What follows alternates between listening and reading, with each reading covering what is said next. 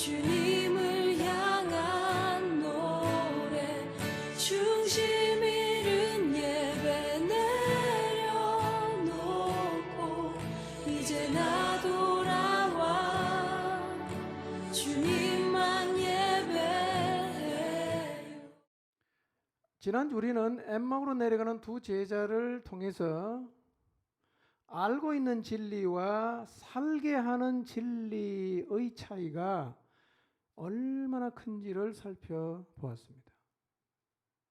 예루살렘에 머물다가 엠마오로 내려갔던 두 제자는 기독교의 핵심 진리를 모두 알고 있었습니다. 그들은 정말 진리의 핵심이라고 할 수 있는 십자가와 부활을 아주 가까이서 지켜보았던 자들입니다.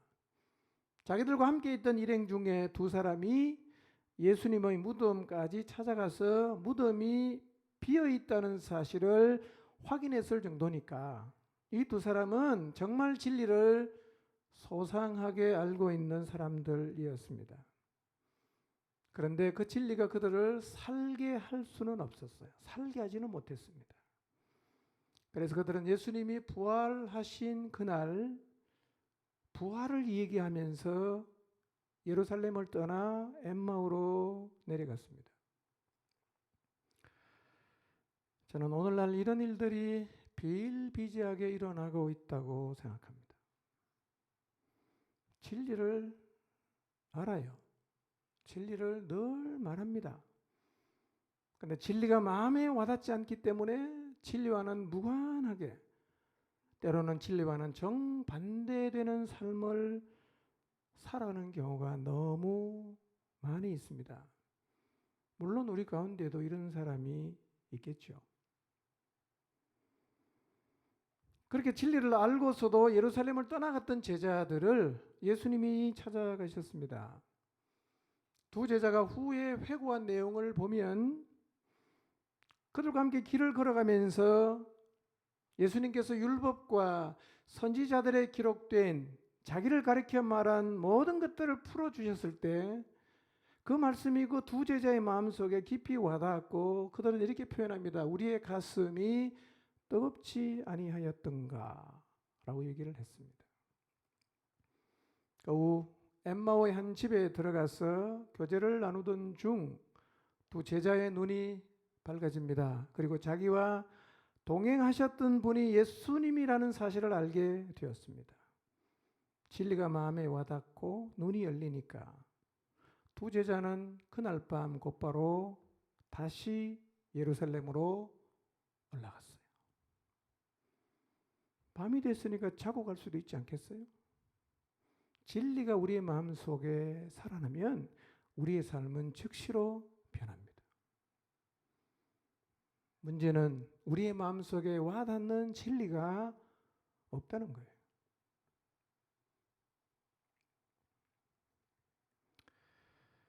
이렇게 우리의 삶을 돌이키게 할 수 있는 이 진리가 우리의 마음에서 살아나야 합니다. 그런데 신앙생활을 하면서 진리가 마음에 깊이 와닿는 경험을 한 번도 해본 적이 없는 사람은 아무도 없어요. 처음 예수님 믿었을 때나 수련회나 특별한 어떤 집회나 예배나 모임을 통해서 하나님 말씀이 마음에 깊이 와닿음으로 내가 있던 그 삶의 자리에서 돌아섰던 경험들을 우리는 다 갖고 있습니다. 그런 경험들은 지금 와서 생각해 봐도 마음이 뭉클해져요. 그런데 하나님의 말씀이 마음에 깊이 와닿아서 우리의 삶을 돌아서게 했던 경험이 평생을 살면서 한두 번 정도여서는 곤란하다는 거예요. 여러분, 모든 성도가 진리의 말씀이 마음에 깊이 와닿는 경험을 평생에 한두 번 정도만 한다고 생각해 보십시오. 거의 대부분의 성도가 엠마오로 다 가 있지 않겠어요? 여러분, 하나님의 말씀이 마음에 와닿지 않으면 우리는 예루살렘에 머물러 있을 수가 없어요. 돌아가야 됩니다. 하나님 말씀이, 진리의 말씀이 마음에 와닿지 않으면 예루살렘에 머물 이유가 사라져요. 결국은 돌아가게 되어 있습니다. 엠마오로. 그리고 엠마오에 내려가 있는 성도는 진리를 정언할 수는 없어집니다.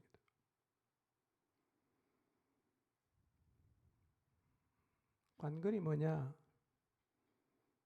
하나님의 말씀이 마음에 와닿는 일이 지속이 되는 거예요.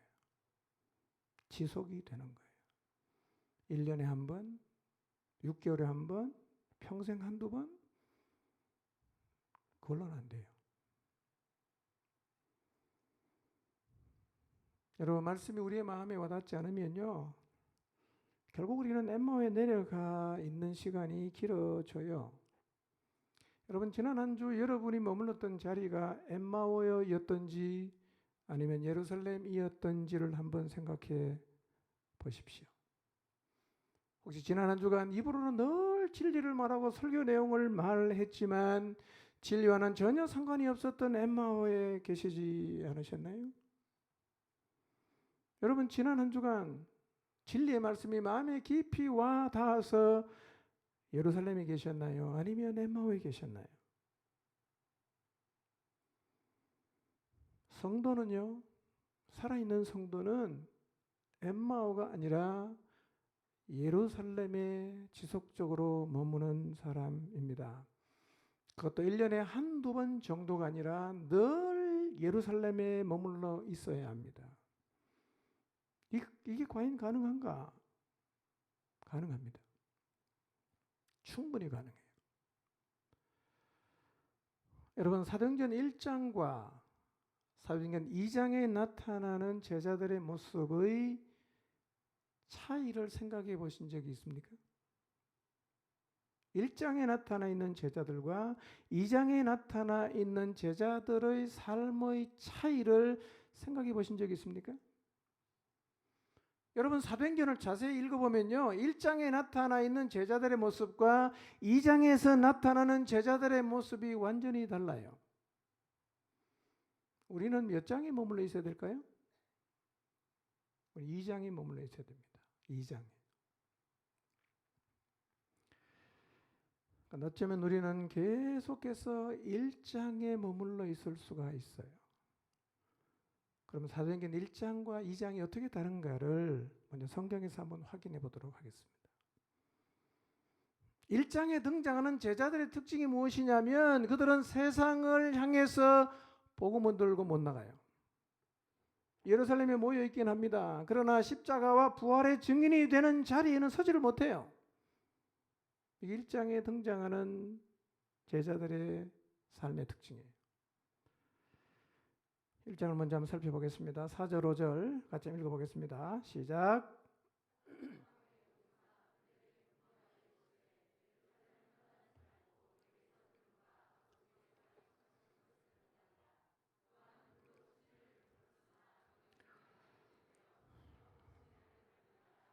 아멘. 부활하신 예수님께서 제자들을 찾아가셨습니다. 다 불러 모았어요. 승천하실 시간이 다가오자 감람원으로 다 이렇게 모이게 했습니다. 그리고 제자들에게 예수님께서 이렇게 말씀하셨어요. 예루살렘을 떠나지 말고 아버지께서 약속하신 것을 기다려라. 그러면 몇 날이 못 되어 성령으로 침례를 받게 될 것이라고 말씀하셨어요. 6절 7절을 보겠습니다. 읽습니다. 시작. 그들이 모였을 때에 예수께 여쭈어 이르되 주께서 이스라엘 나라를 회복하심이 이때니까 하니 이르시되 때와 시기는 아버지께서 자기의 권한에 두셨으니 너희가 알 바 아니요. 자, 사도들이 한 자리에 모여 있을 때요, 그들이 예수님께 이런 질문합니다. 우리가 로마의 속국으로 살고 있는데 하나님, 우리나라가 언제 독립을 하겠습니까? 이렇게 물은 거예요. 제자들은 아직 세상 나라에 관심이 많아요. 우리나라가 어떻게 될 것인가, 이게 관심이 많았어요. 근데 예수님이 대답이 무엇입니까? 10년만 기다려라, 뭐 그런 얘기 하신 게 아니었어요. 이렇게 말씀하십니다. 때와 시기는 아버지께서 자기의 권한에 두셨으니 너희가 알 바가 아니다 라고 하시면서 중요한 말씀을 하나 하셨어요. 8절이에요. 읽어볼까요? 시작.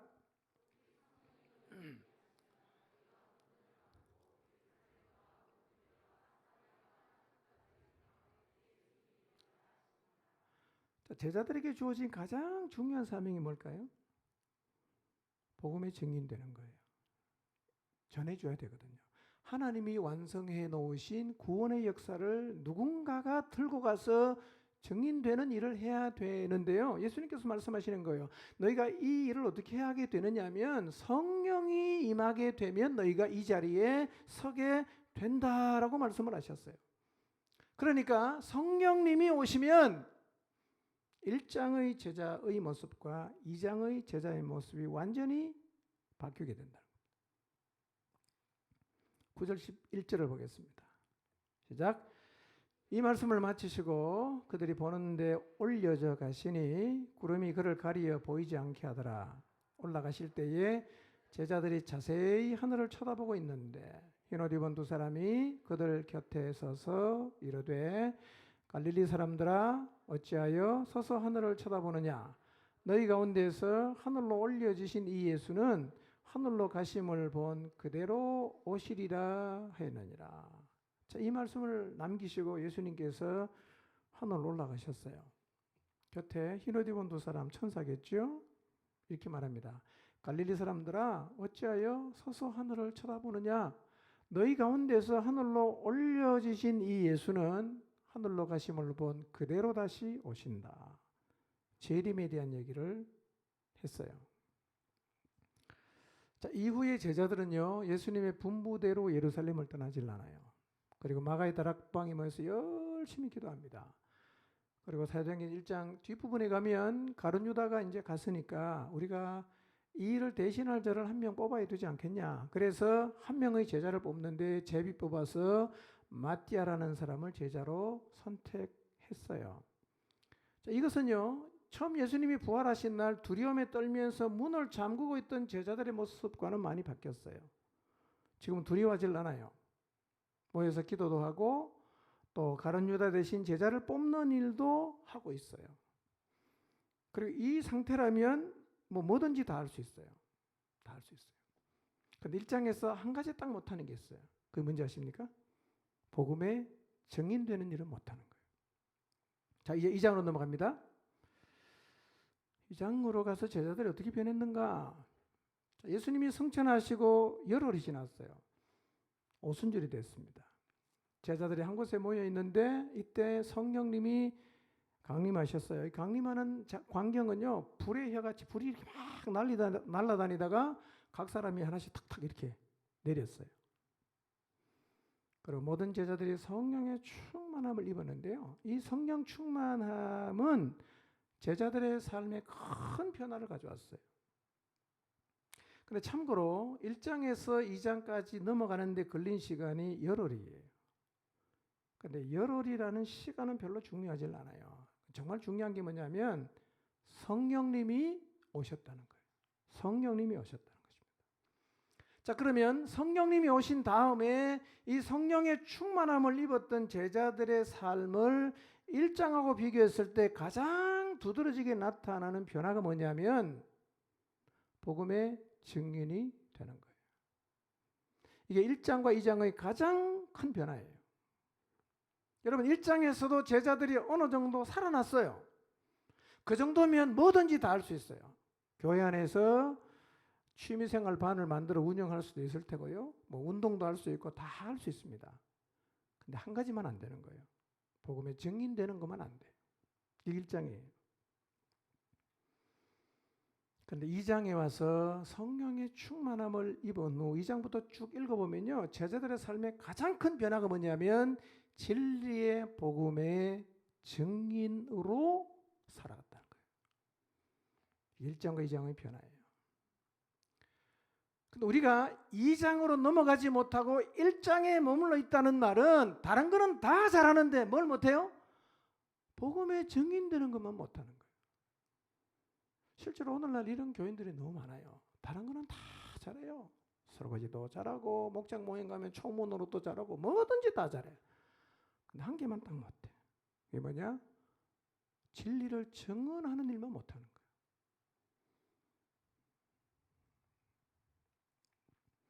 오늘 우리에게 가장 필요한 변화가 뭐냐면 1장에서 2장으로 넘어가는 거예요. 복음의 증인이 되는 자리에 서는 변화가 필요합니다. 여러분 그 자리에 서고 싶지 않으세요? 이 과연 내가 복음의 증인이 되는 삶을 살아갈 수 있을까? 여러분 지금까지 여러분이 신앙생활을 해왔던 날들을 한번 쭉 생각해 보세요. 여러분 안에 진리의 말씀이 살아서 사람들에게 찾아가서 이 진리를 증언했던 때가 있었던가? 교회 와서 나는 무슨 일이든 다 하겠습니다. 다 시켜주세요. 한 가지만 시키지 마세요. 전도만 시키지 마세요. 이게 내 모습이 아닌가? 그렇다면 나는 여지없이 몇 장에 머물러 있는 사람이에요? 1장에 머물러 있는 사람. 여러분 1장에 머물러서는 하나님의 뜻을 이룰 수가 없어요. 2장으로 넘어가야 돼요. 그런데 안타깝게도 너무나 많은 그리스도인들이 1장에만 머물렀어요. 다 하겠습니다. 전도만 하러 가지 마십시오. 복음에 증인되는 거 빼놓고 제가 다 하겠습니다. 복음에 증인되는 거 안 하는 거는 전부를 안 하는 거예요. 전부를 안 하는 거예요. 사도행전 2장 14절에서 36절을 보면 베드로가 예루살렘에 모인 유대인들을 향해서 했던 설교가 나오는데요. 그 설교 내용을 간단히 요약하면 이런 거예요. 성령 충만했던 갈릴리 사람들이 방언을 막 하는데요. 이 방언은 우리가 아는 지금 방언과는 달라요. 갈릴리 사람들이 막 방언을 했는데 세계 각지에서 온 사람들이 자기 나라 말로 다 알아들었어요. 너무 대단하지 않습니까? 어떻게 갈릴리 시골 사람이 외국어를 한 번도 배운 적이 없는데 막 방언을 하는데 자기 나라 말로 다 알아듣게 되니까 모인 사람이 그냥 깜짝 놀랐어요. 베드로가 이 상황에 대한 설명으로 설교를 시작해요. 지금 너희들이 보고 있는 이 광경은 지금 너희가 생각하는 것처럼 이 사람들이 술 취했기 때문에 그런 게 아니라 선지자 요엘을 통해 말씀하신 것처럼 하나님께서 하나님의 영을 부어주신 것이다. 설교의 결론은 이겁니다. 너희가 십자가에 못 박아 죽인 이 예수를 하나님이 살리셨고 우리는 이 모든 일의 증인이다. 그리고 너희가 십자가에 못 박은 이 예수를 하나님이 주님이 되게 하셨고 구원자 그리스도가 되게 하셨다고 이스라엘 백성을 향해서 선포를 했어요.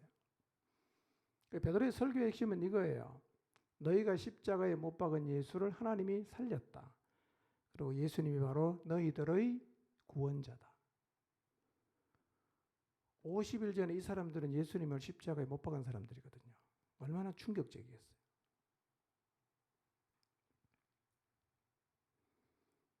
(1장에) 있던 제자가 2장에 넘어가면서 이렇게 변했어요. 이렇게 변했어요.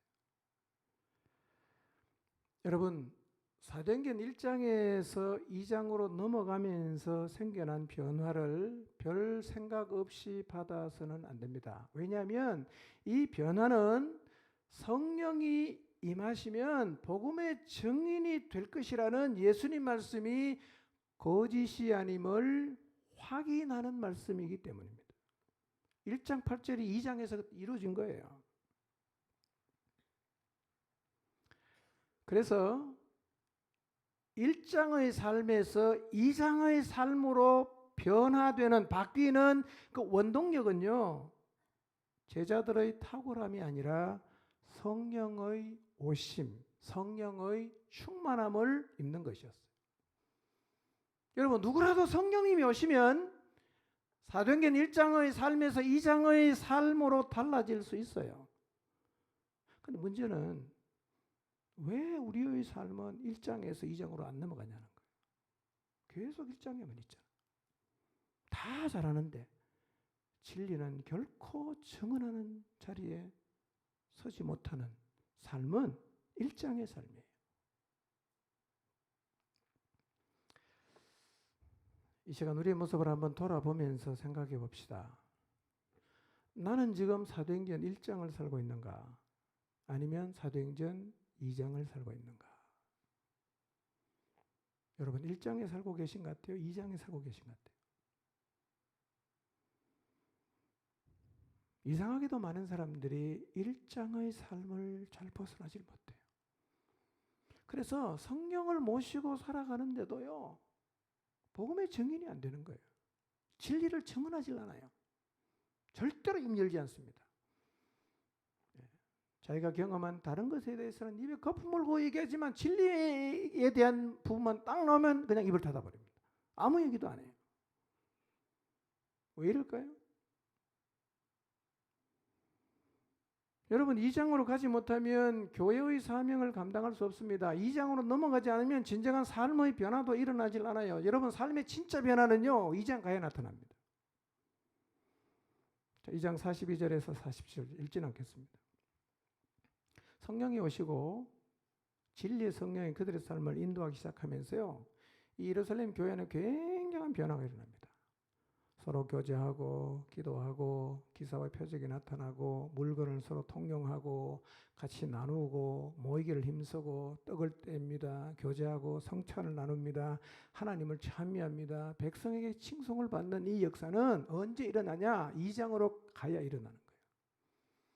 교회가 살아나려고 하면 우리 모두가 2장으로 가야 됩니다. 여러분 왜 2장에 가면 삶이 변하는지 아세요? 2장으로 넘어가려고 하면 성령의 충만함을 입어야 되는데, 쉽게 표현하면 2장으로 넘어가기 위해서는 진리의 말씀이 우리의 마음속에 살아나야 되는데요, 진리의 말씀이 살아나면 우리의 삶은 당연히 변합니다. 여러분 예수님 믿고 나서 삶의 변화는 노력으로 되는 건 사실은 아니에요. 우리의 결단과 노력이 전혀 필요 없다는 의미는 아니지만 근본적으로 진리가 살아나서 변화가 시작이 되는 거죠.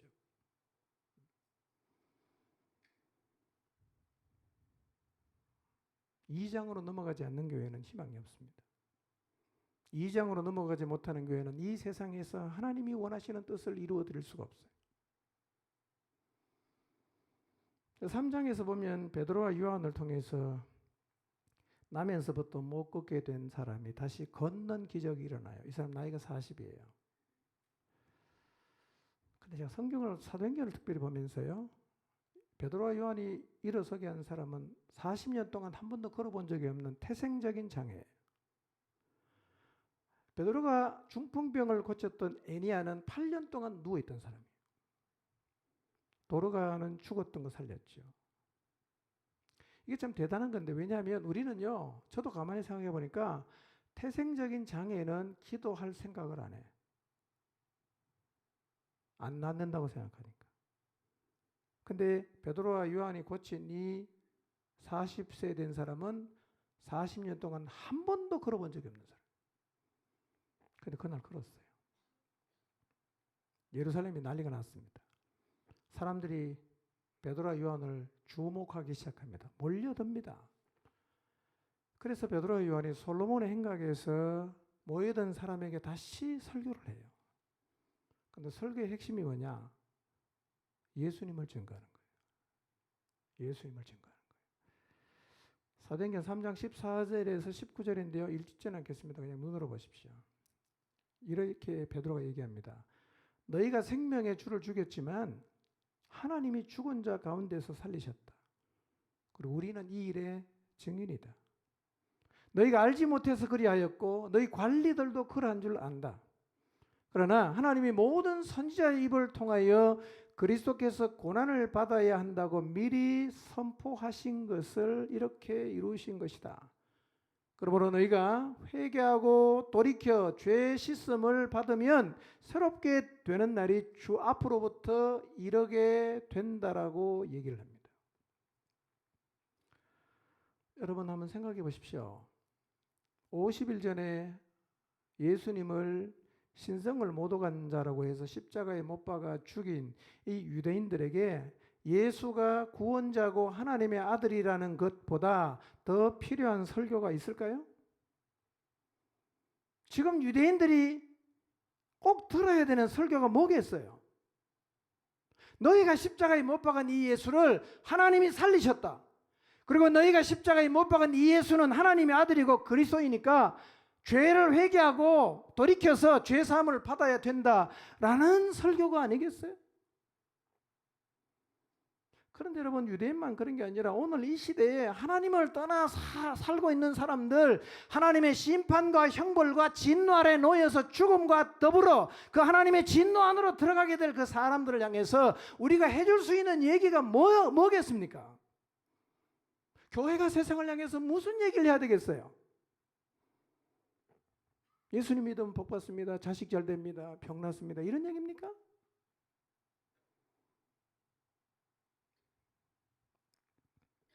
하나님을 떠나 살고 있는 사람들에게 꼭 해줘야 되는 얘기는, 이렇게 살아계신 하나님을 떠나 살다 죽으면 심판과 멸망의 자리로 나가니까 이런 인간을 구원하기 위해 이 땅에 오신 하나님의 아들이신 예수님을 믿어야 된다고 말해줘야 되지 않겠어요? 여러분, 교회 외에는 이런 얘기해 줄 사람이 세상에 아무도 없습니다. 이 얘기하라고 하나님께서 성령님 보내주신 거예요. 이상하게도 우리는 1장에만 계속 머물러 있고 이 진리를 정언하는 일만 되면 침묵한단 말이에요. 말을 안 해요.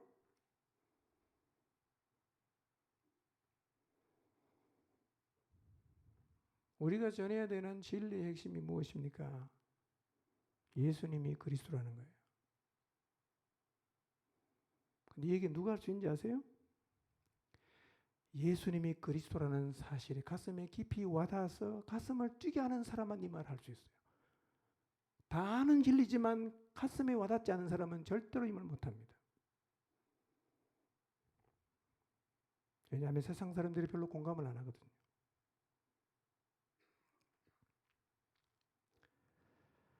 성령 충만함을 입었던 제자들의 삶에서 가장 두드러지게 나타난 변화의 첫 번째는 복음의 증인이 되는 것이었고요. 두 번째로는 능력이 따라왔어요. 세 번째로는 삶의 변화가 동반이 됐어요. 세 가지. 저는 우리가 성령의 충만함을 입어 나갈 때 동일하게 세 가지 역사가 우리 가운데 일어난다고 믿습니다. 여러분, 사도행전 4장을 보세요. 이스라엘 백성, 특히 예루살렘 교회 교인들의 삶에 놀라운 변화가 일어나요. 13장으로 넘어가 보세요. 안디옥 교회 사람들이 주변 사람들에게 비난 비슷한 이야기였어요. 뭐냐? 저 사람은 그리스도인이다. 그리스도가 똑같은 사람이다. 비난하듯 했지만 사실은 굉장히 영광스러운 거죠. 최초로 그리스도인이라는 말이 안디옥 교회에서 시작이 됐어요. 성령 역사가 강했던 데살로니가 교회 안에 성도들의 삶도 굉장히 변화가 일어났어요. 저는 최근 공동체를 바라보면서 제 마음 안에 점점 더 커져가는 소망이 있어요. 저는 포중팀 공동체가 건강하고 모든 지체들이 주님 앞에서 신실한 모습과 헌신된 모습으로 살아가고 있음을 늘 하나님께 감사하고 있습니다. 그러나 신앙은 늘 현재형이니까 내일은 되어봐야 알겠지만 지난 시간 동안 여러분은 정말 귀감이 되는 삶을 사셨습니다. 가끔씩은 이런 생각이 들어요. 스쳐 지나갑니다. 이 정도면 충분하지 않은가? 어차피 인간은 완벽하지 못하고 부족한 존재이니까 그래도 상대적으로 잘하고 있는 지금의 수준에 만족하며 살아도 되지 않겠는가? 골똘히 생각한 게 아니라 그런 생각이 자꾸 스쳐 지나가요. 근데 제 신앙의 양심상 하나님이 앞으로 나가야 될 길을 보여주시는데 이 자리에 머물러 있을 수는 없어요. 그리고 최근에 진리의 말씀이 제 마음속에 계속 깊이 와 닿으면서요. 인생을 살면서 해야 되는 정말 중요한 일이 무엇인지가 제 마음속에 점점 더 선명해지고 있어요. 공동체를 보면서 제 마음에 하나님이 주신 소망이 뭐냐면요. 포중팀 공동체가 사도행전 2장의 삶을 살아가는 것입니다. 사도행전 2장에서처럼 우리 모두가 복음을 증언하고 하나님의 능력이 우리 가운데 나타나서 사람들이 하나님을 보게 되고 그리고 성도들의 삶 속에서 놀라운 변화가 일어나는 교회가 되는 것, 이것이 하나님이 제게 주신 소망이고 앞으로 우리 공동체가 달려갈 목표 지점이기도 합니다. 이 삶을 사는 게 과연 가능할까? 가능합니다. 어떻게 가능할까요? 앞에서 말씀드렸습니다. 사도행전 2장의 삶을 살게 하는 원동력은 제자들의 탁월함이 아니라 성령의 오심이었어요. 성령님이 오셨기 때문에 가능해졌어요. 여러분, 그런데 성령님이 이미 오셨어요. 제 안에도 계시고 예수님 믿는 여러분 안에도 다 계시지 않습니까? 여러분 안에 계시는 성령님을 한번 지금 의식해 보십시오. 의식해 보세요. 어쩌면 우리는 성령님을 정말 투명인간처럼 생각하며 살아왔을 수도 있어요. 안 계신 것처럼. 여러분, 살아있는 어떤 존재가 함께 지내면 마땅히 영향을 받게 돼 있어요. 예. 예를 들어서 예수님이 2000년 전에 유대 땅에 오셨잖아요. 실존해 계셨거든요. 그러니 실존해 계신 예수님에게 영향을 받은 사람이 많았어요. 그리고 그 영향으로 새로운 삶을 살아간 사람도 굉장히 많았습니다. 삭개오, 수가성 여인, 문둥병자, 제자들, 소경, 다 예수님의 영향을 받았던 사람이에요. 여러분, 실존하는 분과 살면 당연히 영향을 받게 돼 있어요. 여러분 집에 2살짜리 아이가 한번 와서 내 혼자 있다가 둘이 같이 지낸다고 생각해 봤어요. 2살짜리 아이가 있어도 그 아이의 존재의 영향을 내가 받아요. 여러분, 근데요, 유대 땅에 오신 예수님이 실존하셨던 것처럼 이 땅에 오신 성령님도 정말로 실존하시는 분이에요. 많은 사람이 성령님의 영향을 받았어요. 사도행전 2장에 보니까 120명의 제자들이 성령님의 영향을 받았어요. 그래서 1장과는 완전히 다른 삶을 살기를 시작했어요. 사도행전에는요, 성령의 영향을 받았던 사람들의 이야기가 기록되어 있어요. 여러분, 우리 안에 계신 성령님의 영향은 그들만 받는 게 아니라 그분이 우리 안에도 계시기 때문에 우리도 동일하게 받을 수 있고 받는 게 마땅한 거예요. 여러분, 성령님이 오셨다는 것은 단지 교리가 아니라 실제로 일어난 일이고 그분은 여러분 안에 계시고 제 안에도 지금 계십니다. 이 말의 의미가 뭐겠어요? 우리는 이미 사도행전 2장의 삶을 살 수 있는 조건을 갖추었다는 거예요. 2장의 삶을 살 수 있어요. 다 갖춰졌어요. 근데 우리는 왜 사도행전 2장처럼 살지를 못할까?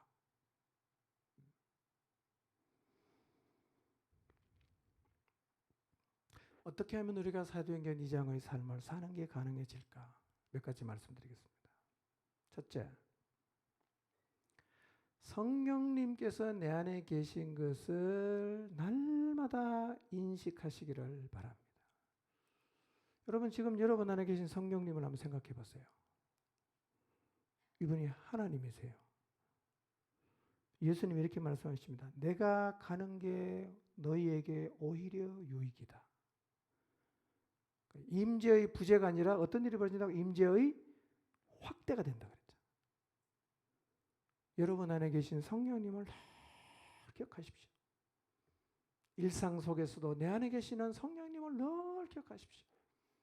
기도할 때도 성령님을 기억하세요. 저는 기도할 때 내 안에 계시는 성령님을 굉장히 많이 의식합니다. 여러분, 그분은 살아계시잖아요.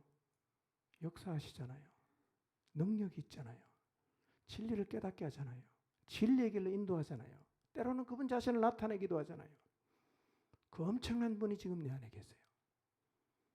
길 갈 때도 기억하십시오. 일상 속에서 늘 그분을 기억하십시오. 성령님이 내 안에 살아계신다. 살아계신다. 나를 인도하신다. 오늘 교회를 떠날 때도 그걸 기억하시길 바랍니다. 밥을 먹을 때도 기억하십시오.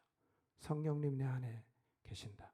여러분, 제자들이 사도행전 1장에서 2장의 삶을 살아가게 된 가장 주요한 핵심이 뭐냐면 이 성령님이 오신 거였어요. 우리에게 다 오셨어요. 우리는 이분을 잊고 살아요. 계신 줄도 몰라요. 수십 년을 같이 살아도 한 번도 이분을 의식하지 않으면서 살아왔을 수가 있습니다. 여러분, 이제부터 내 안에 계시는 성령님을 날마다 인식하며 사십시오. 지금 한번 인식해 보세요. 그분 내 안에 계십니다. 내 안에 계세요.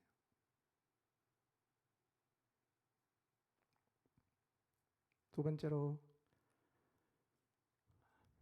여러분 성령님과의 관계 안에 살려고 하면요, 반드시 넘어가야 되는 산이 하나 있어요. 그게 뭐냐면 육체의 욕심을 극복해야 합니다. 갈라디아서 5장 16절에서 18절을 같이 한번 읽어보겠습니다. 시작. 내가 이르노니 너희는 성령을 따라 행하라. 그리하면 육체의 욕심을 이루지 아니하리라. 육체의 소욕은 성령을 거스르고 성령은 육체를 거스르나니 이 둘이 서로 대적하므로 너희가 원하는 것을 하지 못하게 하려 함이니라.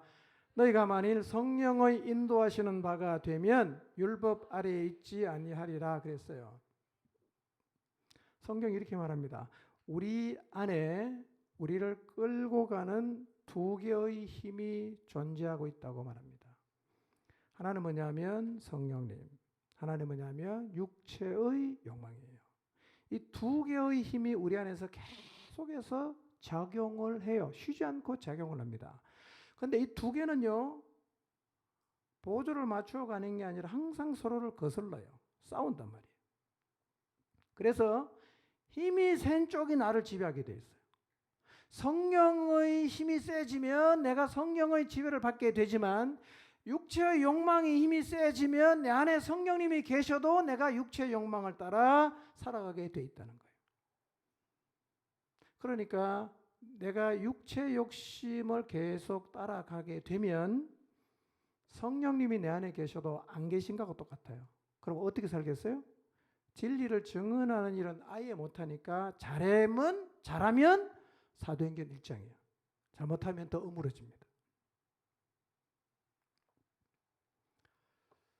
육체의 욕망을 어떻게 극복할 수 있죠? 육체의 욕망. 육체의 욕망은 크게 세 가지가 있습니다. 육체의 욕망은 육체의 정욕, 안목의 정욕, 이생의 자랑. 이런 욕망은 세상에 살면 끊임없이 올라오는 건데요. 이런 육체의 욕망을 극복하는 것, 그리고 성령님과 깊은 관계를 맺는 것은 사실은 붙어 있는데요. 이 육체의 욕망을 여러분이 극복하고 성령님과 깊은 관계 안에 살려고 하면 세 번째는 뭘 해야 되냐? 성령에 매여서 살아야 됩니다. 성령에 매여서 살아야 돼요. 자, 오늘 본문 말씀인데 한번 읽어보겠습니다. 시작. 보라, 이제 나는 성령에 매여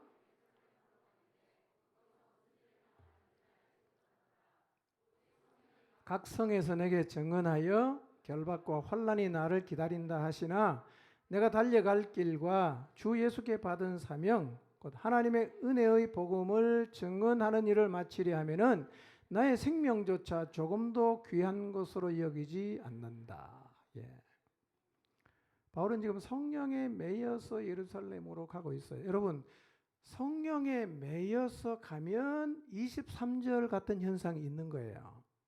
무슨 얘기냐면 성령에 매여서 진리가 내 안에 계속 살아서 진리의 힘으로 가게 되면 23절에 결박과 환난이 나를 기다려도 계속 갈 수 있어요. 그런데 진리가 내 안에 살아있지 않으면 누군가가 등 떠밀면 가다가 23절에 상황이 생기면 나는 다음에 할래. 안 하는 거예요. 24절도 마찬가지예요. 진리가 살아있으면 목숨 걸고 갈 수 있어요. 그런데 진리가 내 안에 살아있지 않으면 힘든 상황이 오면 반드시 멈추게 되어 있습니다. 자, 그러면 성령에 매인다는 게 무슨 뜻인가? 문자적으로는 이런 의미가 있어요. 묶는다, 맨다, 그런 뜻이에요. 저는 이 말이요, 성령의 이끌림, 성령의 충만과 같은 의미라고 생각합니다. 여러분, 그분과 가까워지고 친밀하게 지내려고 하면 뭐가 필요하겠어요? 아무래도 시간을 함께하는 게 필요합니다. 시간. 여러분, 시간을 투자하지 않고 친밀한 관계를 만들기는 어려워요. 제 손녀가 돌이 지나는데요, 제가 이 걔를 참 좋아하거든요. 쟤한테 안 오는 거예요. 아무리 구슬러도 안 와요. 제가 작전을 바꿨어요. 시간을 주기를 시작했어요. 시간을. 돈도 투자를 했어요. 이제 돈은 몰라. 시간을 투자했더니만요, 얘가 이제 나한테 조금씩 오기를 시작했어요. 관계는요, 시간이 안 가면 깊어지질 않습니다. 여러분, 정말 성령님에게 매여서 그분과 깊은 교제 가운데 살려고 하면 그분에게 시간을 좀 드려야 돼요. 시간을 드려야 돼요. 다른 데서도 시간 잘라서 성령님하고 교제하는데 시간을 좀 드리십시오. 이런 시간이 지속이 되잖아요. 그러면 그분하고 자꾸 친밀해져요. 그리고 관계 깊어져요. 그러면 내가 그분에게 이끌림을 받는 자리에 설 수 있어요. 자, 22절을 보면 보라, 이제 나는 성령에 매여서 예루살렘으로 간다고 했잖아요. 이 말을 곁에 있는 사람이 해준 얘기입니까? 바울 본인이 한 얘기입니까? 옆에 사람이 한 얘기예요? 본인이 한 얘기예요? 그럼 바울 자신이 지금 성령에 매여서 가고 있다는 것을 본인이 느끼고 있다는 말이죠. 그렇죠? 성령에게 매여서 이끌려 가면 본인이 느낄 수 있단 말이에요. 아, 내가 성령님에게 이끌림을 받고 있구나. 본인이 느껴요. 저도 요즘 이런 경험을 좀 하고 있어요. 교제가 깊어지면요, 아, 이분이 지금 나를 이끌어 가신다는 게 느껴집니다. 본인이 알 수 있어요. 자, 정말 성령님과의 교제가 깊어지려고 하면 저 두 가지 말씀드리는데요. 다 알고 있는 얘기입니다. 너무 중요해요. 첫째로, 기도하는 일을 멈추지 마십시오. 기도 시간이 퐁당퐁당하면 이 자리에 서기가 어려워져요. 요즘 제가 문 앞에서 계속 조사를 한 건 아니지만 제가 이렇게 보니까 기도를 퐁당퐁당 하는 사람이 점점 많아지는 것 같아요. 이 얘기 듣고 가슴이 찔리시면 내일부터 좀 잘하시기 바랍니다. 그럼 퐁당퐁당 하면요, 한계가 생겨요. 기도는 지속적으로 해야 돼요. 여러분, 기도를 지속적으로 하면 가끔씩은 이런 생각이 들 수 있어요. 내가 하루에 2시간 기도한다. 2시간 동안 다른 거 할 수 있잖아. 2시간 동안 다른 거 하면 많이 할 수 있거든요. 근데 내가 이 2시간을 성령님하고 교제하고 기도하는데 다 드리는 게 잘하는 걸까? 뭐 이런 생각이 들 수 있어요. 여러분, 근데요, 기도를 지속적으로 계속 해보세요. 이거는요, 굉장한 복이 되어서 내게 돌아와요. 세상에 돈 주고는 절대로 살 수 없는 거예요. 어디 가도 파는 데가 없어요. 그래서요, 저도 가끔씩 갈등이 생기거든요. 설교 준비도 해야 되고 뭐 할 일이 많은데 기도를 안 할 수 없으니까. 기도를 이렇게 하면요, 가끔씩 마음의 갈등이 생기긴 하는데, 그런데요, 기도를 하면 할수록 어떤 마음이 생기냐면 이분과 더 교제를 해야겠다. 쉽게 사는 게 아니라 내 마음속에서 이분과의 교제를 통해서 누리는 복이 너무 크기 때문에 다른 거 포기하더라도 이거는 절대로 포기하면 안 되겠다는 생각이 제 안에서 점점 커져요. 여러분, 기도를 지속하는 것은 굉장한 복이 있습니다. 부자 되고 그런 건 아니에요. 기도가 멈추면요, 교제가 문제가 생기기 시작합니다. 아예 기도가 멈춰지면 절대로 성령에 매일 수가 없어요. 성령에 매이지 않으면 복음을 증언하는 자리에 설 수 없기 때문에 결국은 사도행전 1장에서만 계속 살게 돼 있어요. 2장으로 넘어가려고 하면 기도를 하되 지속적으로 할 수 있다면 더 깊이 시간을 투자해서 그분과 교제하십시오. 이건요, 환산할 수 없는 복이에요. 굉장한 복입니다. 두 번째,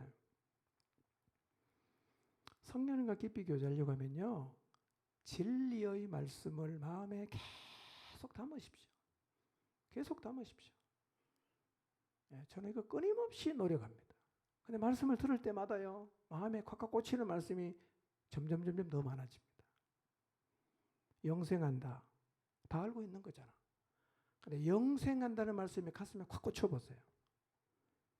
그냥 머리로 아는 거하고 진리가 내 안에 살아있는 것은 완전히 달라요. 완전히 달라요. 그래서 진리가 살아있으면 내가 진리를 증언하게 되어 있습니다. 그러니까 인위적으로 덩더미를 가는 게 아니라 자발적으로 결박과 환난이 있어도 목숨을 걸고서라도 이 일을 하려면 뭐가 필요하겠어요? 진리의 말씀이 내 안에 지속적으로 살아있게 하는 게 필요한 거예요. 진리가 살아있으면 진리가 나를 끌고 가는 거예요. 진리가 나를 끌고 가는 거예요. 여러분 그래서 말씀을 지속적으로 읽어보십시오. 그러면요 성령께서 이 말씀이 마음에 계속 와닿게 하십니다. 말씀이 와닿으면 그 말씀이 살아나요. 그리고 지속하는 시간이 길어지면 길어질수록 말씀이 마음에 더 많이 와닿는데요. 그래서 결국은요 지속적으로 기도하고 지속적으로 말씀을 묵상하면 우리 마음속에 늘 하나님 말씀이 살아있어요. 그럼 어떻게 되겠어요? 늘 진리를 증언하며 살아가는 일이 가능해지는 거예요. 이론이 아니고요. 실제로 그렇게 하는 게 가능합니다. 네. 내 마음에서 살아난 진리는 나를 끌고 갑니다. 반드시 끌고 갑니다. 네. 여러분 경험해 보셨을 거라고 저는 생각하는데요.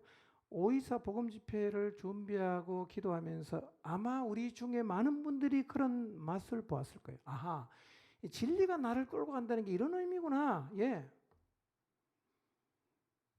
그리고 진리가 살아나면 우리 가슴에 불이 붙어요. 여러분 가슴이 냉랭해지는 것은 회개할 일입니다. 계시록 3장에 보면 라오디게아 교회의 문제는 뭐냐? 미지근해진 거예요. 여러분 주님을 따라가는 데는 열정이 있어야 됩니다. 언제 열정이 생기냐? 진리의 말씀이 살아있으면 불이 붙어요. 진리를 따라 살고 싶은 열망이 생기는 거예요. 그런데 이렇게 진리를 따라 살아가는 원동력이 되는 게 뭐냐면 말씀을 계속 담는 거예요. 여러분 이 일을 지속하시기를 바랍니다. 우리가 늘 성경만 읽을 수는 없겠죠. 그러나 차를 타가면서 성경 계속 들으시고 아침에 일어나서 성경 계속 들으시고 뭐 그냥 혼자 있을 때 성경 계속 들으시고 말씀을 계속 담으세요. 세월 아끼시기 바랍니다. 세월 아끼시기 바랍니다. 별로 중요하지 않는 것은 삶의 우선순위를 좀 조정하시길 바랍니다. 두 가지를 지속적으로 해보십시오. 어느 순간 사도행전 2장의 역사가 내 안에 시작이 돼요. 그런데 계속 이걸 이어가면 사도행전 2장, 3장, 4장, 5장, 6장의 역사가 내 삶 가운데서도 나타나는데요. 이거는 누구도 말릴 수가 없어요. 그냥 속에 있는 힘으로 그냥 가는 거예요. 우리는 이 자리에 설 수 있습니다. 아멘? 왜요? 성령님 우리 안에 계시기 때문에. 성령님 우리 안에 계시기 때문에. 저는 지금 제가 경험한 얘기를 하는 겁니다. 여러분도 어느 정도는 경험해 보셨을 거예요. 하나님께서 우리에게 이 자리에 서는 것을 도전할 수 있는 기회를 주셨습니다. 2020년 여름 수련회 8월 6일부터 9일까지 계획이 되어 있었습니다. 그런데 코로나로 인해서 우리가 모이는 그 미키홀에 600명 이상이 들어가면 사실은 현실적으로 어려워요. 리조트 측에서도 부담을 느끼고 우리도 부담이 돼요. 이렇게 간격을 유지하며 앉아야 되는데 그래서 아무리 고민을 해봐도 리조트에서 정기인 수련회는 못할 것 같아요. 이제 안 하는 걸로 접었습니다. 이제 어디서 해야 됩니까? 교회에서 해야 되잖아. 교회에서 하는 것도 만만찮아요. 사회적 거리 유지하면서 우리가 다 모이려면요. 본당, 지하 소예배실, 기준홀, 유년부실까지 앉아야 돼요. 여러분 유년부실에서 수련하실래요? 어떤 것을 해도 사회적 거리를 유지하면 교회에서 모여도 4군데 모여야 됩니다. 어떻게 해야 되나 도대체? 어떻게 해야 되나? 고민을 참 많이 했어요. 여러분도 고민 많이 하셨죠? 그냥 넘어갈까? 라는 생각을 제가 좀 했거든요. 근데 여러분이 너무 반발이 심해갖고 제가 넘어갈 수가 없어요. 예. 근데 이제 제가 진리에 대한 말씀을 계속 묵상하면서요, 어느 날 하나님이 아침에 제 안에 이런 마음을 주셨어요. 이번 수련회 기간은 모이지 말고 다 복음 들고 세상으로 나가라는 거예요. 진리를 증언하기 위해서 나가라는 마음을 제게 주셨어요. 사실 우리가 정견 수련하면서 모였지 한 번도 흩어진 적이 없어요. 이번에는 주님이 주신 마음을 따라 이렇게 해보려고 합니다. 6월 30일부터 8월 8일까지 40일 동안 우선 기도하면서 성령님과 깊은 교제를 누리시고 또 말씀을 계속 마음에 담아서 여러분 모두의 마음속에 매일 이 진리의 말씀이 살아있게 하십시오. 그냥 튀어나가고 싶은 마음이 들 때까지 진리의 말씀이 여러분의 마음속에 살아있게 하십시오. 저는 이미 오이사 복음 집회를 준비하면서 40일 기도하면서 이런 경험을 저는 여러분이 어느 정도는 했으리라고 생각합니다. 이번에는 확실하게 여러분이 이 말이 무슨 말인가 의미를 경험해서 알게 되시기를 바랍니다. 그리고 40일 동안 계속 기도하면요, 성령님께서 여러분의 마음속에 생각나게 하는 사람이 있어요. 여러분, 진리가 살아있으면 사람이 생각나요. 저 멸망을 하는 사람 누구 부모일 수도 있고 뭐 친구일 수도 있고 이게 생각이 나요. 근데요, 우리 마음에 진리가 살아있으면 불이 붙습니다. 이게 막 전하고 싶은 마음이 불일듯이 일어나는 거예요. 그래서 기도하면서 성령님이 주시는 사람과 8월 6, 7, 8 3일 동안 만날 약속을 하십시오. 만날 약속을 하십시오. 그리고 그때 찾아가서 복음을 전하는 거예요. 딴 얘기하지 마시고 복음을 전하는 거예요. 기도가 많이 필요할 거예요. 근데요, 진리가 살아있으면 막 나갑니다. 근데 이게 안 살아있으면 안 나가요. 안 나가요. 관건이 무엇인가? 내 안에 성령님이 계시잖아. 그분과의 깊은 교제를 나누다 보면 진리가 우리의 마음속에 살아나요. 그러면 우리가 나가게 되어 있습니다. 정말 불타는 마음으로 진노 아래 놓여 있고 영원한 멸망을 향해 달려가고 있는 영혼들에게 복음을 우리가 전할 수 있도록 여러분이 성령님과의 깊은 교제에 헌신하신다면 아마 여러분의 신앙생활에 새로운 지평이 열리게 될 것입니다. 저도 굉장히 기대하면서 기도하고 있어요. 세부적인 사항은 앞으로 계속 알려드리겠지만 여러분 모두가 정말 진리의 마음이 내 마음에 다시 살아나는 것, 이 진리가 나로 하여금 잃어버린 영혼을 향해서 나가게 만드는 이 성령의 역사를 경험하고 하나님 말씀을 진리를 증언하는 자리에 서게 되시기를 바랍니다. 함께 사도행전 2장 이후의 역사를 꿈꾸며 성령에 매였던 사도 바울처럼 이 진리를 증언하는 일에 환난과 핍박을 감수할 뿐만 아니라 목숨까지라도 걸고 갈 수 있는 진리의 이끌림을 받는 하나님의 사람들이 되시기를 주님의 이름으로 축원합니다.